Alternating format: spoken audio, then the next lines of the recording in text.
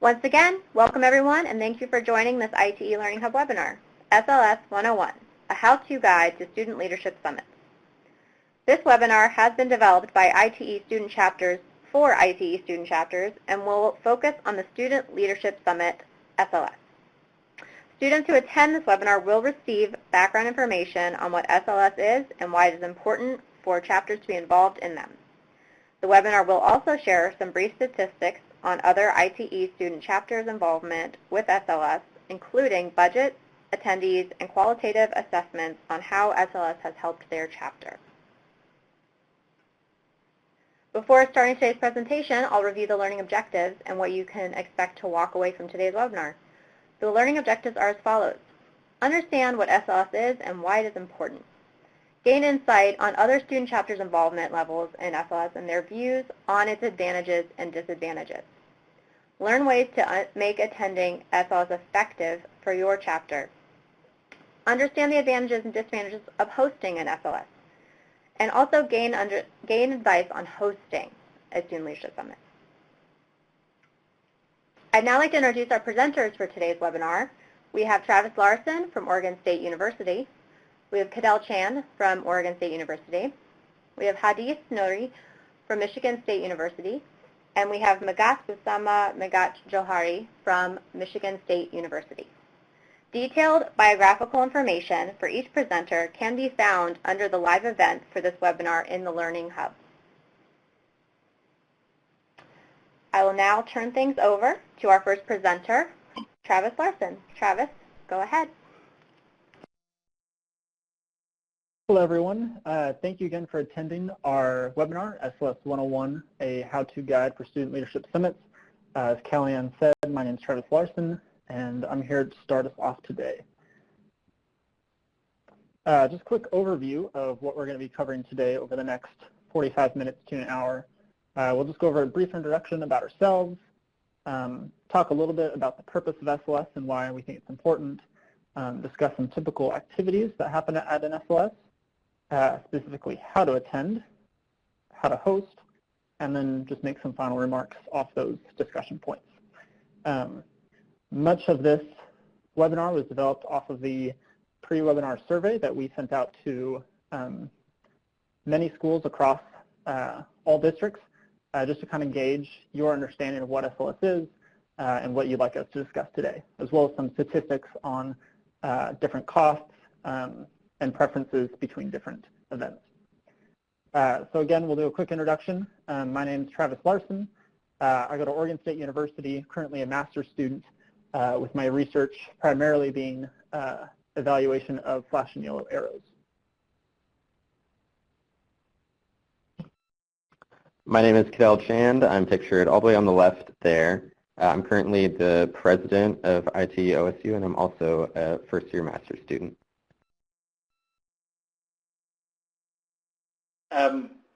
My name is Magat Usama Magat Johari.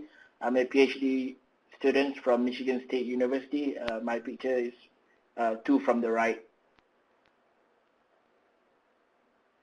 Hello everyone, my name is Hadith Nouri. I'm the first picture from right. I'm a PhD student at Michigan State University. I'm in second year PhD student.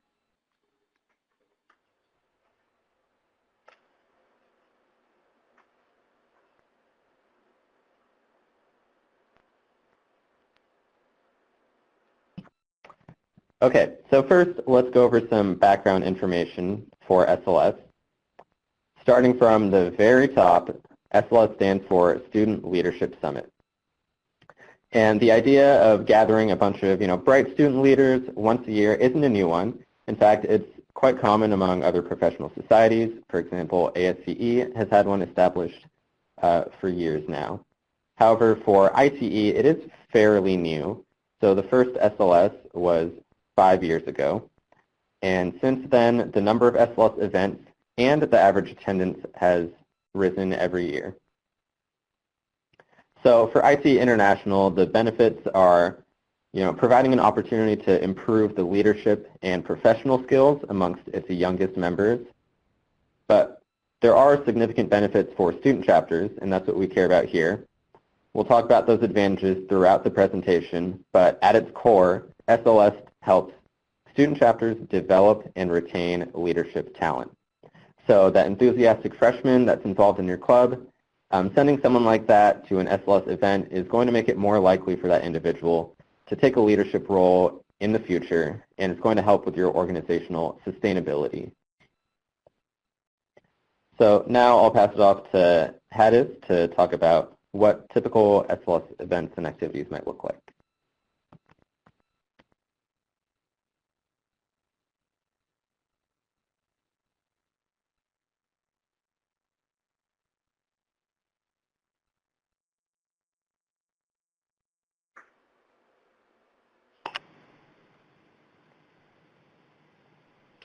Hadis, make sure you're not on mute, please. Okay, sorry about that. So in this section, I'm going to talk about some typical activities which are organized by a Student Leadership Summit. So Student Leadership Summit normally stands 2 to 3 days. So students arrive on the first day, and in the evening of the first day, an ice-breaking session holds, which offers individual introduction sessions for socializing and networking purposes among students. So some fun activities will be organized, such as personality bingo, bowling, pizza party, cornhole game, and etc.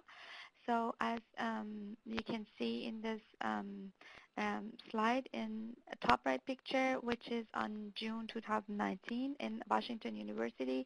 So a student in group of 2 participated in the cornhole game, and the winner received a prize. Or in the left picture is another example of these fun activities in 2016 at Iowa State. So you see the winner group that built the tallest tower with spaghetti and marshmallows. So basically, these fun activities mainly concerned with ice breaking, involving and engaging all students in the first day. So on second and third days of Student Leadership Summit, a number of workshops and seminars held by transportation professionals from industry and academia. So and following, I'm going to mention some of these workshops organized by SLS in previous years.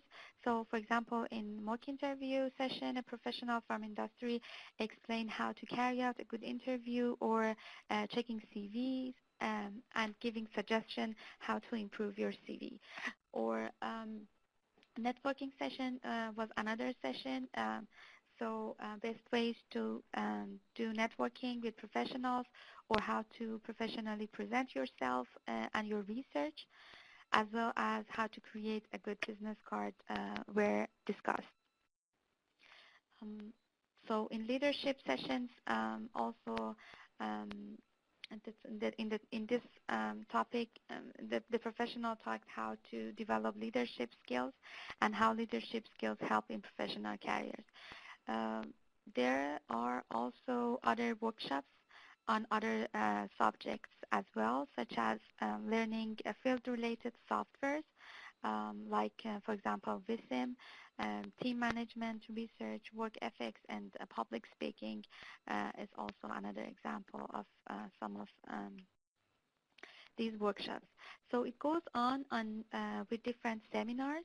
So SLS includes seminars held by professionals from industries, present current practices they use in their respective fields, such as intelligent transportation system, freight delivery, autonomous vehicle, and future of transportation engineering.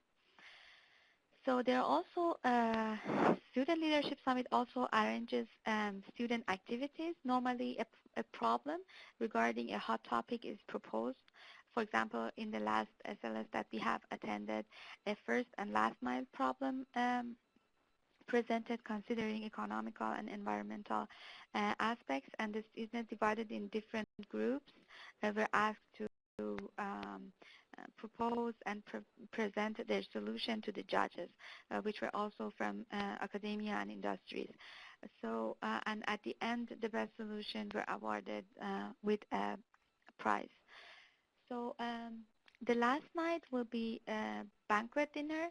So a few keynote speakers will be invited and give speech. So here in the last night, there will be a good opportunity for students to do for networking with professionals from industry and academia, and you also get to know people from in your field, and it's also a great opportunity for job hunting. These are some pictures from the previous SLS we have attended, which were mainly in Midwest and Great Lake District. So to sum up, basically, SLS provides a good opportunity to networking, as I said, with students and leaders in the transportation industry. It also helps you with professional development and leadership skills. And mainly, all this is conducted in fun and friendly settings. So with that, I pass on presentation to Megat from MSU. Thank you. Hello, everyone.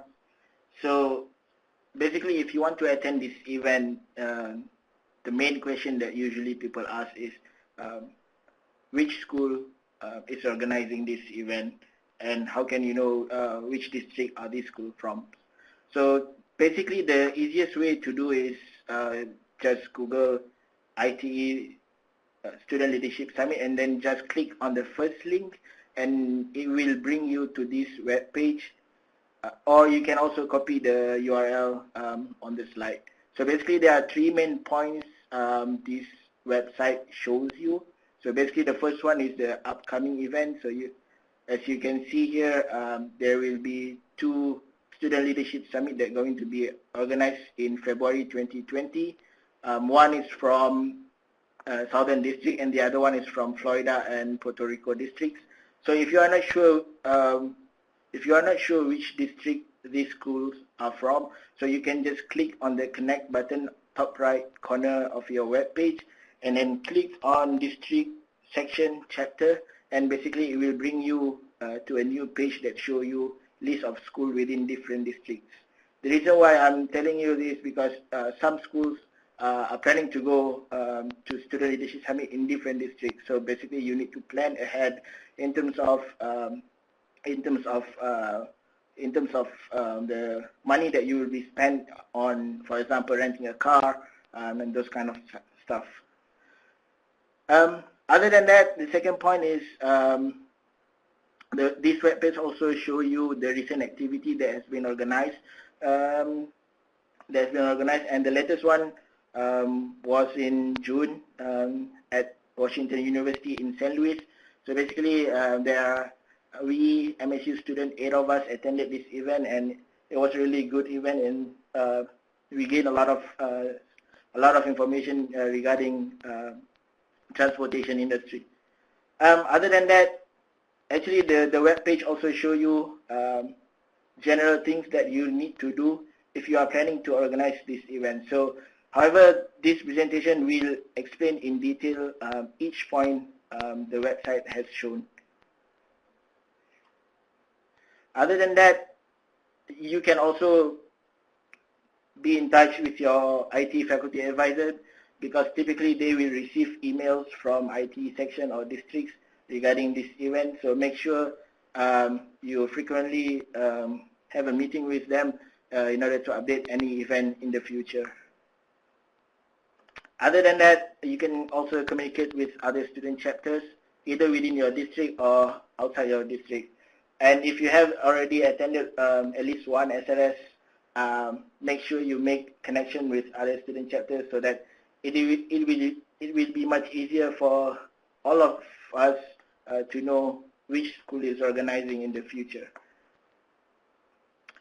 And you can also contact with IT section or district leadership. Basically, they will be the first one to know if any school within their district is organizing this event. And once you get to know which school is organizing this event, make sure you immediately visit their webpage, because sometimes they have deals or promotions in terms of registration. So based on my own experience, I attended 3 different SLS. One of them, they had like early bird registration. So if I'm not mistaken, I pay about $25 before the deadline of the early bird registration, and after that they increased to $50. So make sure you visit the web page as soon as possible in order to have this deal. The latest one that I attended was in Washington University in St. Louis. So they had like a promotion when you stay at their lodging. Basically, you don't have to pay $50 registration fee. So make sure you check immediately once you get to know which school is organizing this event. In terms of funding, because basically you need to plan, if you are planning to rent a car for the registration fee, you need to get a funding. So the easiest way you can check is with your university, and check with your ITE student chapter first. Check whether they have allocation for students to attend this event or not. Other than that, you can also check with your departments or colleges whether you can get reimbursement for this trip. In addition to that, you can also check with your IT section or district, and also with local companies. So basically, you can try with any companies that focusing on transportation related area. And you can also check with your alumni in terms of the funding. So with that, I'll pass back the presentation to Travis to talk about how to host SLS.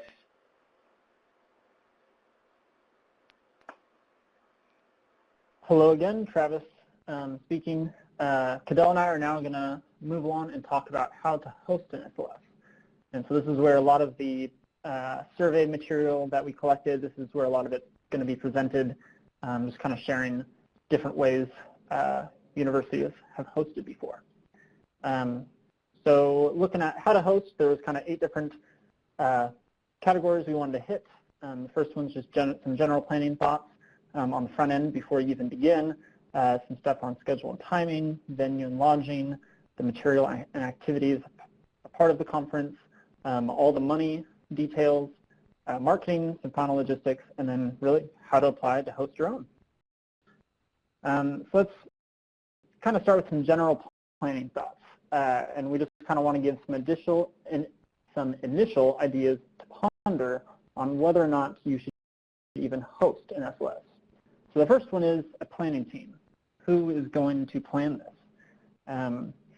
Really, you need to have a solid group of people that are committed and understand the time commitment to do such a task.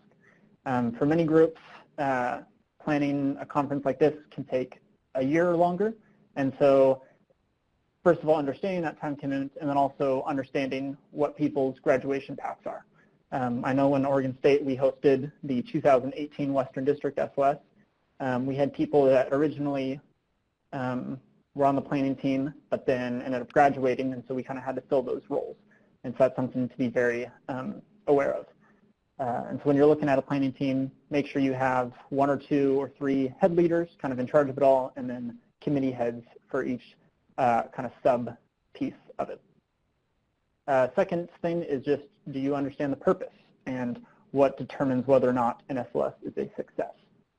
So if you look on the website, as Magat has shown, ITE says that the goal of an SLS is the promotion of leadership and professional development towards students with an aim of guiding them as future transportation professionals. And so knowing kind of the typical flow, the expectations, what difference this conference actually makes in people's professional lives and personal lives, those are good ideas to kind of understand before you host your own. And so we would definitely recommend attending an SLS or 2 before hosting your own. The second point is external support. So even though this is a conference put on by students, for students, there's still a lot of support that has to happen through that. And so kind of the first view to look at is what type of attendance are you looking at? Is there interest? Are there people in your district or nearby districts that travel far distances for an SLS? Are there people that are interested? And so before committing to host, it's always good to kind of send out some feeler emails and just discuss with other schools about the possibility to kind of gauge how many people would actually be coming. Second is just connections, so whether that be connections with different companies to ask them to come speak, to be on a panel, or whether it be financial connections, so having a good sponsorship program at your university already, or just a way to pay for it. As we'll discuss later, most of the finances for these conferences come through sponsorships and not necessarily from registration. And then the last piece, as far as kind of support, is what are the finances of your club. We'll discuss that you should have a net zero, the SLS should have a net zero balance on your chapter's finances, but for many student chapters, they have to put up a lot of initial finances. And so just knowing the limitations of your club and kind of the size that you could actually support. So after those initial ideas, we'll kind of go on to some more broad topics. First being the schedule and timing. SLS, as Hadis said earlier, is typically a 2 to 3 day event. Most often, that means a Friday evening through a Sunday afternoon. This is a schedule of Oregon State Western District 2018 SLS. We had some kind of open networking fun time at our bowling alley on campus with some billiards and darts and just food. Just a time for students to connect, kind of break some of those barriers, as is the point of any icebreaker event. But then a long day Saturday from 8 a.m. to 9 p.m. and then a half day Sunday. And really kind of the purpose of this is we understand some students don't want to miss class, and so this gives them an opportunity to either fly out Friday morning or afternoon, before or after their classes, and then have time to leave Sunday, and still get home at a reasonable time for class on Monday. Continue looking at schedule and timing. The next big piece is the time of year. So January, February is one of the typical times in which we've seen chapters host an SLS, simply because of the end of the winter holidays, and so it's the beginning of spring semester or winter trimester for schools when people are less busy. But some schools do host more in the area of June, which is the end of school year. But really the key in all this is to align with what your district or other nearby districts have done to maintain consistency. So here in the Western districts, we have consistently had our SLSs near the end of January, and so the goal is that we would continue that, and so every year people would expect to have that similar time frame. And so if you're looking at starting your own SLS in your own district or among a few districts, we would suggest asking what time works best for the people around you. The next piece is conference venue. So there's another big logistical piece to hurdle. On the far right, we have pictures of 2 SLSs. The top SLS venue was at UC Berkeley in 2019, so about 6 to 9 months ago. And then the one here at Oregon State, this is at our Alumni Center a year and a half ago. And this can be one of the most difficult pieces of planning an event is the event space. And that's just because, for instance, in Corvallis, where Oregon State is, we're a town. I say town, not a city, because there's only 60,000 people here. Whereas UC Berkeley was in the Bay Area, which is massive. And so that can really dictate kind of the size and options available for a conference venue. But the other big issue is the cost. It can range from free to very expensive. Because here in Corvallis, we don't have very many large venue options, we end up paying a lot for our venue. As you're kind of looking at different venue options, there's always possibility of on-campus versus off-campus. There's pros and cons to both options, whether it be just ease and accessibility or aesthetics. So that's something to consider. But when you're actually starting to look for a conference venue, there are a few things that we'd recommend you make sure that the venue has. first and foremost is some sort of a large banquet hall or ballroom. And that's really just to facilitate the banquet nights, any of the large group discussion times, and if you do group projects, really you just want a space for everyone to be there. So if you're hosting an SLS, we're expecting 50 people, you want to have, a banquet hall or ballroom that can fit that many people. The second thing is a classroom or technical space, and so that's so you can do some of the workshops, whether it be speed interviews or resume workshops, if you're having students present on some of the research they're doing. The third space would just be some sort of a reception area, and so this is more of the social barriers kind of decrease, you can talk easier. For Oregon State, we had companies, they had booths, and they were offering internships and jobs at that point. And so those are kind of the three main areas that we'd suggest. In addition, as many SLSs have kind of an icebreaker night, the first night, we recommend having some sort of fun activity space in the nearby vicinity. So for us at Oregon State, we had our bowling alley, which is just a few blocks away from our alumni center. We used that, and then also just to keep in mind some sort of a picture area. Just because you always it's fun to take a large group picture, and you want to be able to see everyone that attended. So with all of that, as I said earlier, you really want to know what your expected attendance is, because that'll dictate a lot of what your venue looks like. These pictures are examples of our SLS here at Oregon State a year and a half ago. The top left picture is of just our group picture. There was about 125 students that attended, and we took our group picture in our basketball arena about halfway through the second day. The top right picture was the speed interview portion, and so that was one of the technical rooms. The bottom left was one of the reception areas, and so this is Mark Spencer from W-Trans talking to some students about internship opportunities during one of the breaks. And then the bottom right picture, again, was our ballroom. This was during our panel discussion, which we had our faculty advisor moderate for us.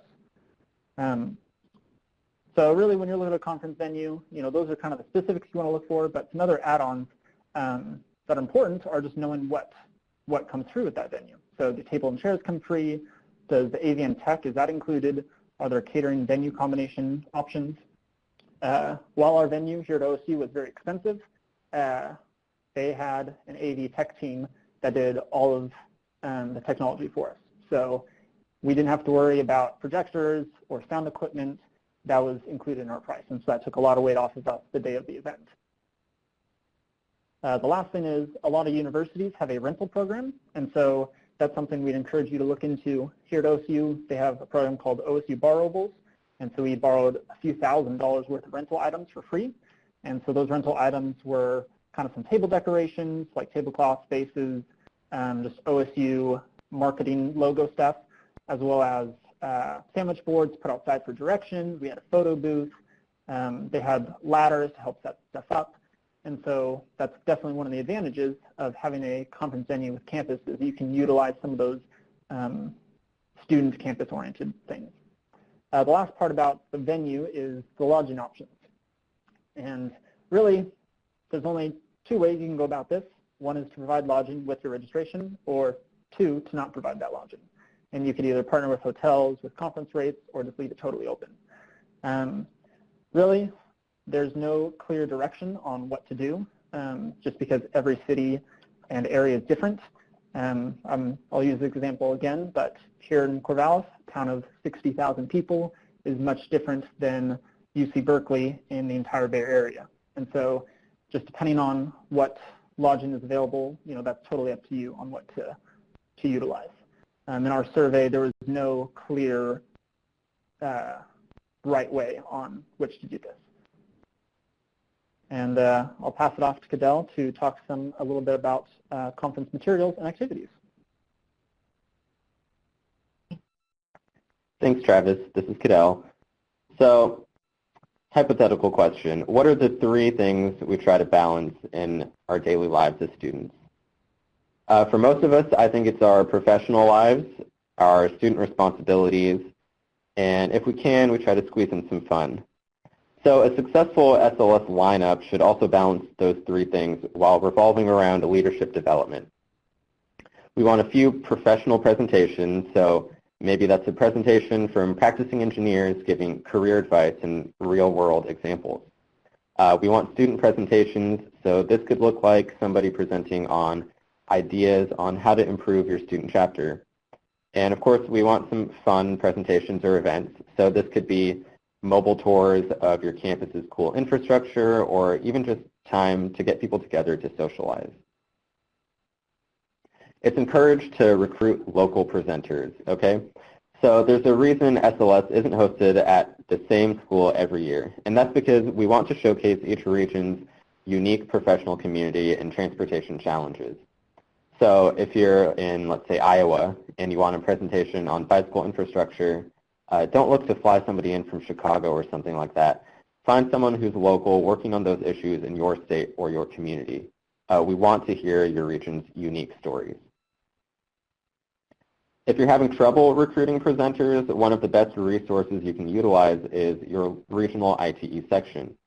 So if they don't have somebody in their organization who fits what you're looking for, they'll more than likely know somebody in the state through their network and will be able to connect you.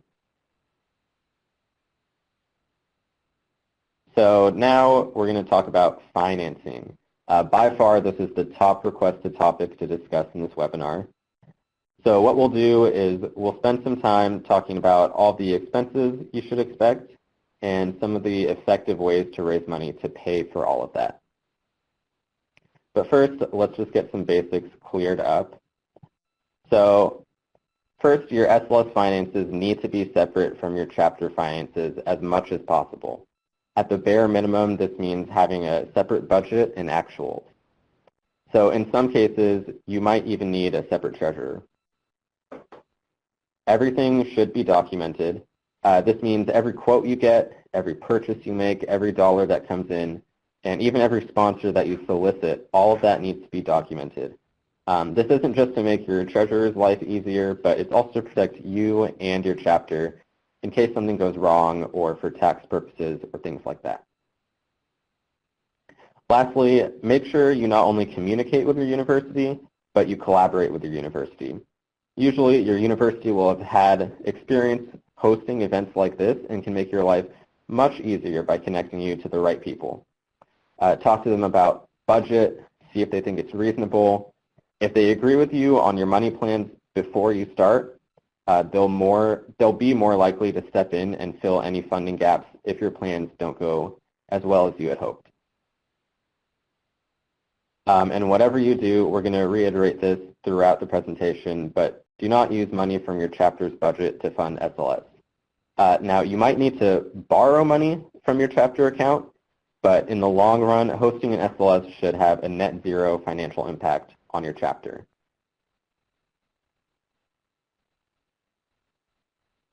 Okay, so here are the main things that you're going to be spending money on hosting an SLS. And for each of those things, we've calculated an average cost per attendee. This is all based on the data you provided us with the pre-webinar survey we sent out. So if you're expecting, let's say, 40 attendees, which is the average size of an SLS as of last year, that includes students, faculty, and professionals, you're looking at a bill of at least just under $15,000. You'll notice that there's an asterisk next to the venue row. So schools that responded to the survey from where this data comes from were lucky enough to secure free or very cheap venues. However, as Travis kind of touched on this, depending on your location and depending on your university, the venue can easily be one of the most expensive parts of your SLS. Now, of course, everything on this list can scale up or down depending on the number of attendees. So, for example, the more swag you buy in bulk, the cheaper it'll be in person, but it should give you a good start for planning purposes. Looking at this pie chart, it's clear that catering and lodging make up a bulk of the expenses, and that venue may also make up a bulk of your expenses. Okay, so how do we save some money if you're looking to cut corners? the first piece of the pie we should tack is lodging and catering. So if you're like us in Corvallis, there are very few options for hotels nearby.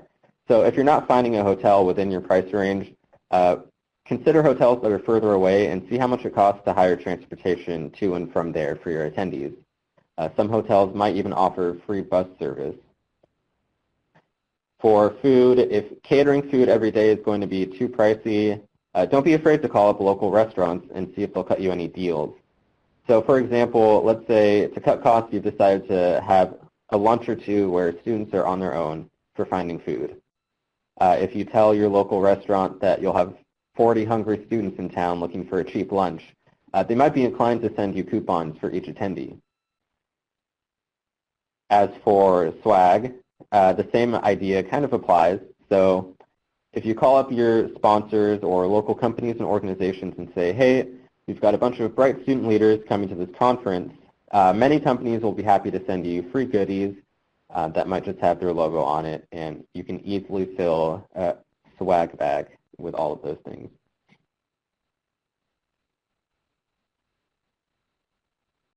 So here's the tough part, securing funding. So for these numbers, you should basically be planning on zero support from your chapter and very little support from your university. It's also clear here that registration is not really a revenue source. You could try increasing your registration. However, the higher the price, the less students will be able to afford, or student chapters will be able to afford sending students. So there's really no way around it. The majority of your money needs to be coming from sponsors or donations. So how do we get more sponsors? The first step is to start early. Collaborate with your university and produce a list of alumni, a list of regular donors, people who recently graduated from your student chapter, and connect with them early in the fiscal year. Don't just contact them and ask them for money.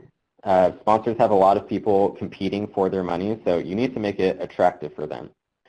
We suggest creating a sponsorship program that's tiered. So I'm sure you've all seen this before with a platinum sponsor, gold sponsors, friends, etc. If you do this, if you go this route, the perks to each tier need to be specific and they need to be valuable to the sponsor. So for example, you need to specify how their logo will be presented, where it will be presented, the dimensions that their logo will be presented in. You should really think of this as selling advertising space. And go beyond just offering logo space.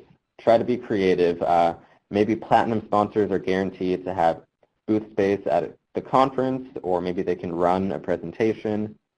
Most importantly, though, your sponsorship program needs to outline how the money they donate will be used. So if you can see that picture on the right, that's an example from our student chapter sponsorship program. And it has details. For example, if the sponsor donates $500, that $500 will be able to pay for, let's say, 8 students lodging. If they donate $150, maybe that'll pay for 1 student's meals. Details like that are definitely important. Also, sponsors don't have to be companies. Many regional ITE sections have funds reserved specifically for helping out student chapters. And even if your regional ITE section isn't able to help financially, again, they can help you connect you to other companies and organizations. So with that, we're going to go back to Travis. Reminder, don't budget away your student chapter funds. Again, we want that financial impact to be net zero. So we'll pass it off to Travis to talk about marketing. All right, so you have an SLS planned. Hopefully people show up. And that comes down to marketing. One of the great things about marketing for an event like this is we already know what our target demographic group is. Since these events are for ITE student chapters, we can really market and engage students in ways that directly affect them. So this is an example flyer from the 2018 Student Leadership Summit here at Oregon State. It was a flyer we made about 7 months before the event and that we sent out over multiple platforms.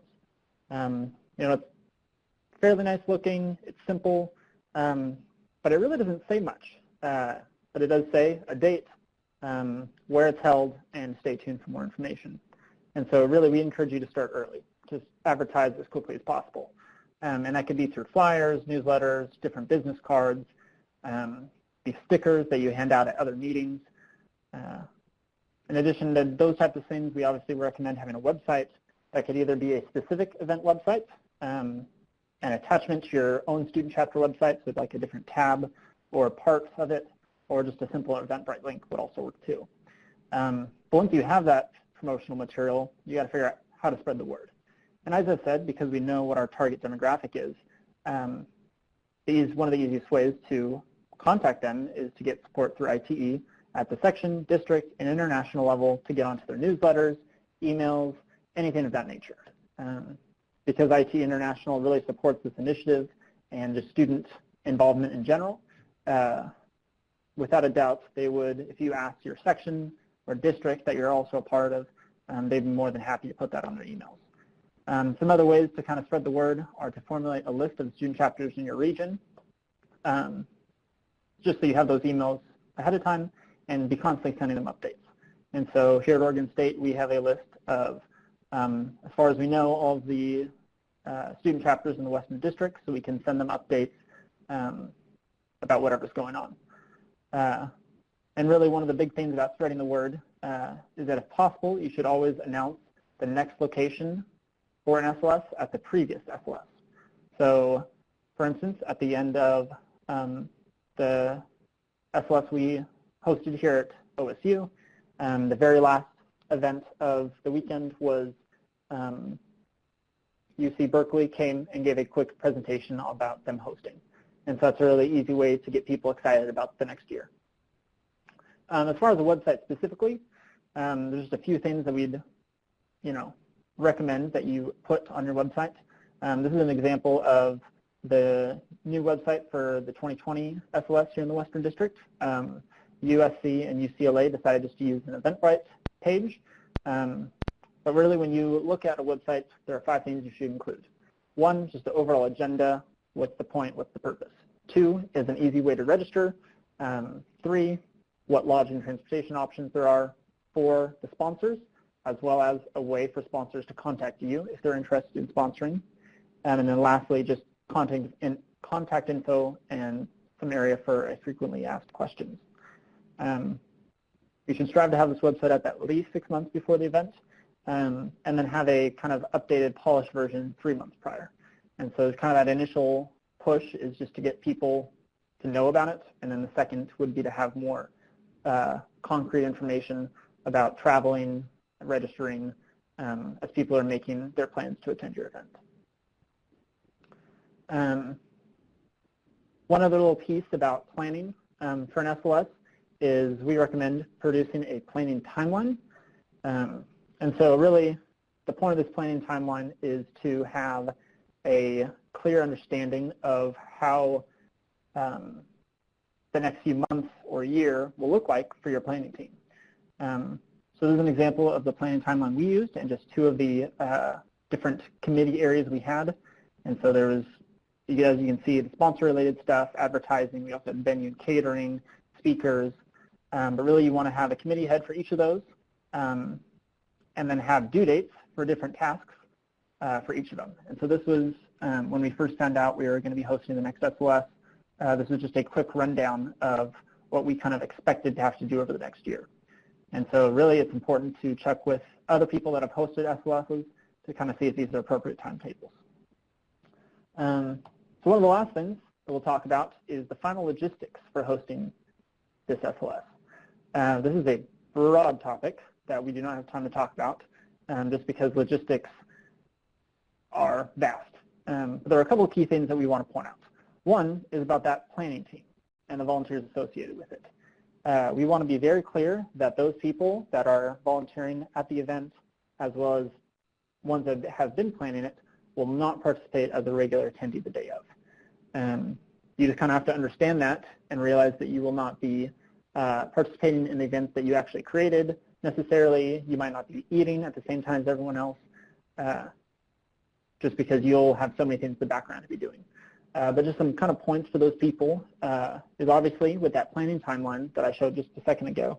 The day of the event, you should make sure your plan is 100% set. You know, weeks or months beforehand, you should already know who's doing what, and I've ran through the event in your head as a little mock event to make sure everything goes the way you think it should. We'd recommend that the people that are on that volunteer kind of planning and execution team to wear special shirts to make you easily recognizable. And then for the day of, you should assign different volunteers to manage rooms, run specific events, coordinate people and different speakers.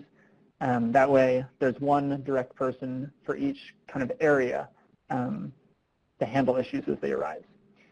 We'd also recommend that the kind of lead planners, those 1 to 3 people that are kind of in charge of it all, not be assigned to anything, but be jumping around and kind of checking things throughout the weekend. Just some other thoughts we had was having a green room to store items and rest. Like I said, your volunteers, as they will not be participating as a regular attendee, there's just a lot of stuff you'll be shuffling around throughout the day. You might want to rest, might have lunch 2 hours later than everyone else, so just having a space for you to retreat away from the hustle bustle. And then something that we really liked when we hosted SLS is we had an email and text option located. It was kind of presented everywhere throughout the conference. So that way if attendees had questions, they could text or email us and we could respond easily. That way we, as the volunteers, weren't constantly being bombarded with questions as we were walking between things we had to do. So I'll pass it back up to Dell to talk about how to apply. Thanks, Travis. So right here, this picture shown is the same site shown before in the how to attend slides. So the process is different for each region, but basically you'll want to go to this IT International's SLS page, and if you just Google ITE SLS, it'll pop up. So it'll look like this. Take a quick look at their SLS best practices report. It's a very short summary of kind of the things we've been talking about here. And then go ahead and send an email to Colleen. They'll connect you to the right person in your region and get your application started. So the process in each district is different. So it is important that you contact Colleen because she'll know what's going on in your district. She'll know if there's an established process, and she can get you started there. Just as an example for the Western District, how OSU applied. Basically, the process started a couple of years before the year we wanted to host. We filled out a basic application. There were a few essay-type questions in there. And then the school that is hosting SLS the year before the year that you want to host will review all those applications and choose a school about 4 months before that SLS. So that gives the winning school time to produce some marketing materials to present when that school is announced as next year's host at the SLS closing ceremony. But again, Colleen will work with you and your district to figure out what the process will look like for you. So before we open it up to questions, we've got some final remarks from Megat. So for the final remarks, basically we can conclude that this event actually promotes leadership and professional development for students in order to prepare themselves before entering the real world of transportation. And that's why the aim is to guide future transportation professionals. And one of the main objectives of this event is to have networking among students as well as between students and transportation leaders. And if you are lucky enough, there might be a job opportunity during this event. And most importantly, you want everyone to have fun, at the same time gain useful knowledge in general.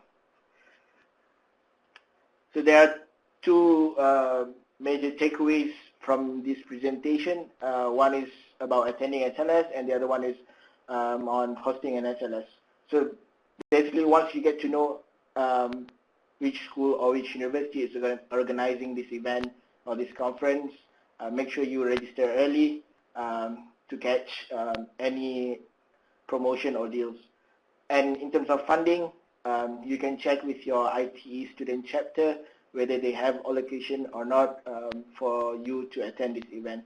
And you can also check with your department and colleges for reimbursement for during the trip. In terms of hosting SLS, make sure you plan everything and organize everything ahead of time, including conference venue, lodging, food, and also having schedule and timing for each step.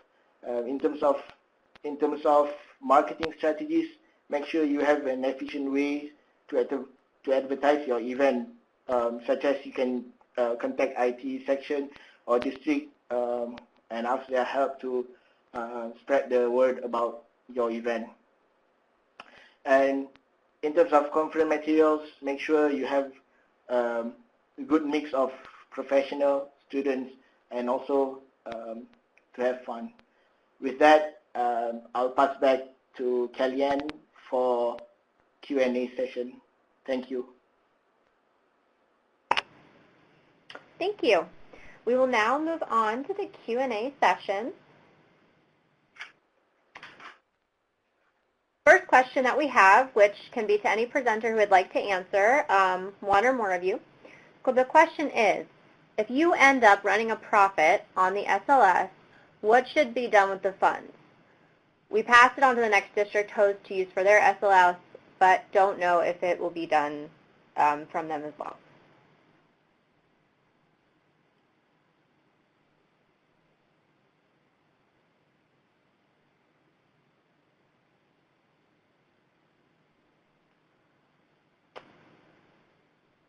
This is Cadell. I can answer that question. So the first thing you want to try to do if you end up running a profit is you want to see if you can try and spend it on anything additional on SLS. So maybe you're upgrading your catering or something like that. That's just going to make it easier for tax purposes. But if you can't do that, you'll want to talk to your university. They might have a process already set for those types of things. In most cases, you'll probably be able to keep the profits for your student chapter. Thank you. The next question is, how did you collect registration fees? For example, which system worked best in terms of cost and security? This is open to all presenters. This is Travis from Oregon State. We did not ask a question about that in our survey, so I don't personally know what other universities have done. I know at Oregon State, we let our kind of financial center for the university handle it. Just as Cadell kind of just said a minute ago, for tax purposes, it was much easier for sponsors to have that money funneled straight to the university, and they take a very small cut in order to do our taxes for us. So we did all of our financial things on a portal on our student chapter website, but that portal took people to an Oregon State University website where they actually paid the university.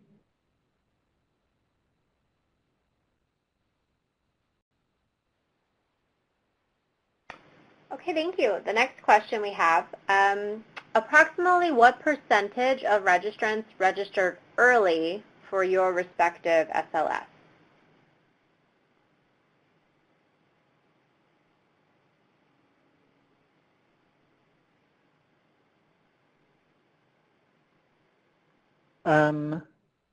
We do not have that number off the top of our heads. If that's something you are really interested in, you're free to email osuitstudents@gmail.com and we can get back to you on that once we look that up. But I know for ours it was not a lot. It was a lot more last-minute registrations, but I could not give you a real number for that. Okay, thank you. We have another question. Do you think attending an SLS is valuable for undergrad students only, or does it help graduate students as well?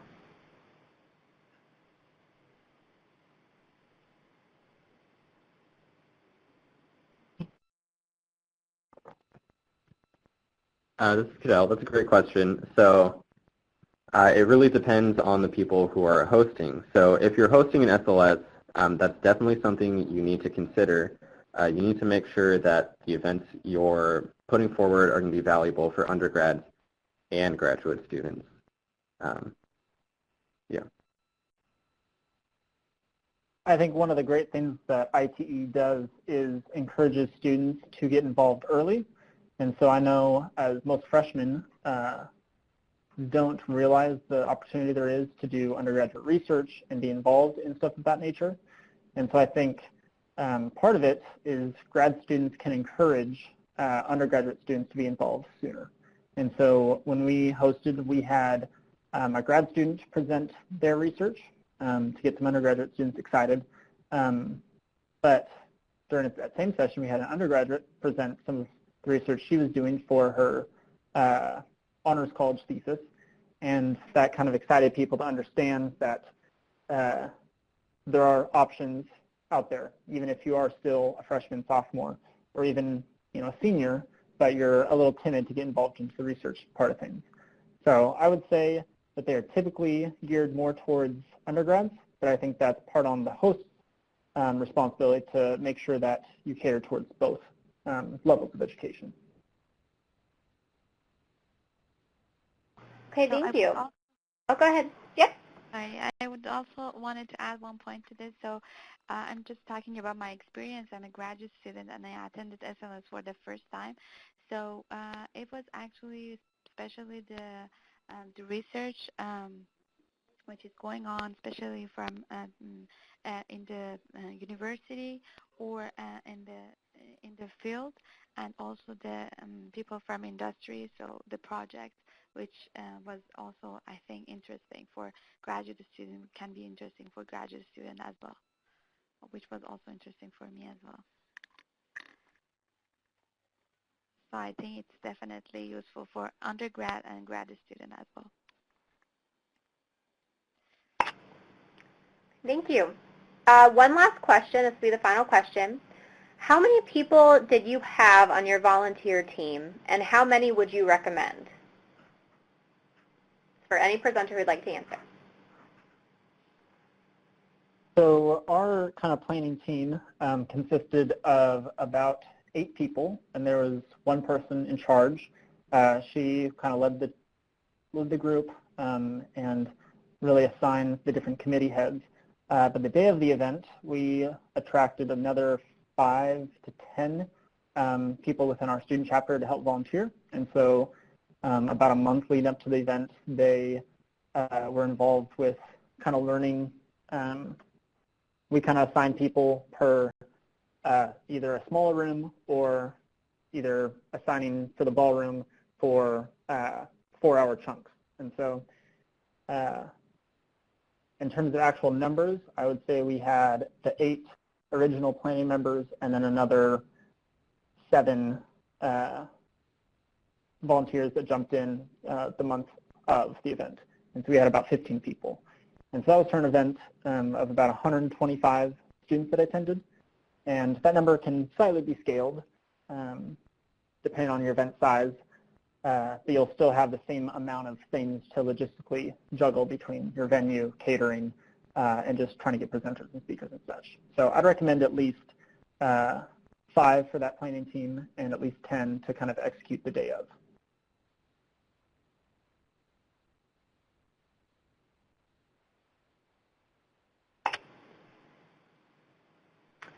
Alrighty.